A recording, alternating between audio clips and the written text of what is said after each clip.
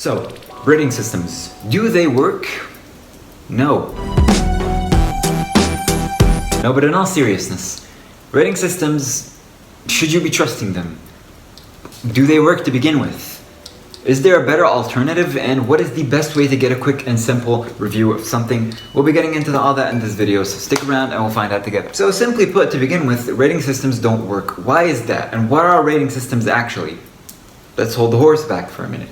Rating systems range from either a star rating out of 5, a number rating out of 10 or 20 or whatever, or a percentage. They're all the same. They're trying to give you a quick and simple rating or review so that the consumer can get a quick idea of what the object or movie or game is. They don't work, and I'm going to give you an example as to why. Back in the glory days of 2013 and 2014, I was reviewing GTA 5 for my own purposes. I just wanted to review it for my own, to test out my criteria, which I was working with back then. I ended up giving GTA 5 a game which I love. I consider it to be one of the best games ever made. I ended up giving it like a 7 or an 8 out of 10, and I loved the game. Then I went on the internet and I just wanted to see what other people had to say about the game, and I saw a review where someone literally shit on the game and ended up giving it like a 7 out of 10. What that teaches you is that, number one, numbers are subjective. A 7 out of 10 for me is not the same as a 7 out of 10 for someone else. IGN gives 9 out of 10s and 10s out of 10s left and right. But I don't agree with that method, and that is partially why I don't really like IGN in terms of what they're doing right now. But that's another topic. But I don't trust their ratings because they give haphazard ratings left and right, and they just want to get a quick amount of clicks and views. Their rating systems I don't agree with. A 10 out of 10 for me is a perfect game, no flaw whatsoever, which I've barely ever given. They give 10 out of 10s left and right. And that actually is a perfect way to segue into number 2. Be careful whose review you're reading. What do I mean by that? By reading, I mean the number that you're looking at. IGN have a weird way of working with rating systems. I have my own way of working with rating systems, which I barely use. Take a look at Nerdcubed, okay? He's a person which I really admire, really respect. I agree with a lot of his opinions, but there have been times where I haven't agreed with what he has to say. One of the examples which I can give is The Last of Us. It is a game which he particularly doesn't really care about. It's not his cup of tea.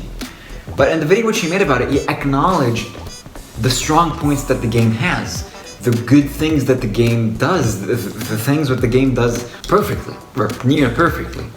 He doesn't really like the game. It's not his cup of tea. It's not in his top 100 best games ever made, but he acknowledges its strong points.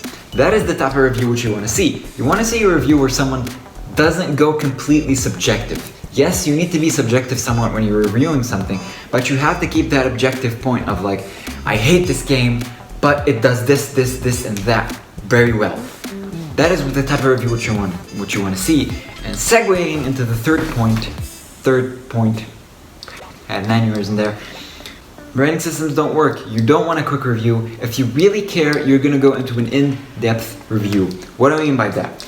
If you're just gonna look at a number rating, suffer the consequences.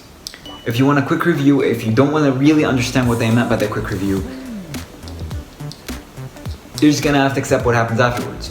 Whether you buy the game and hate it, or just buy a ticket to the movie and end up hating it, those are your own decisions. What you should do, and what is the best alternative, and what is the best way to get a review, and it is never a quick way, read a proper in-depth review. If you really care about what it is that you want to see the review of, you're gonna take the time and read what other people have to say about it. What objectively and subjectively they're saying about it. You want to see the strong points of whatever it is that you're talking about, be it a game or a movie or a show or an object.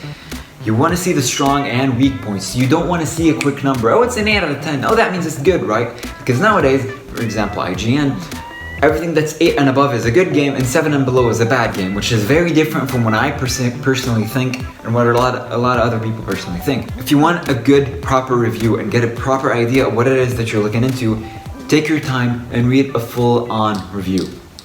And some rating systems don't really work. They are very flawed, and I've just talked, this whole video is talking about how flawed they are.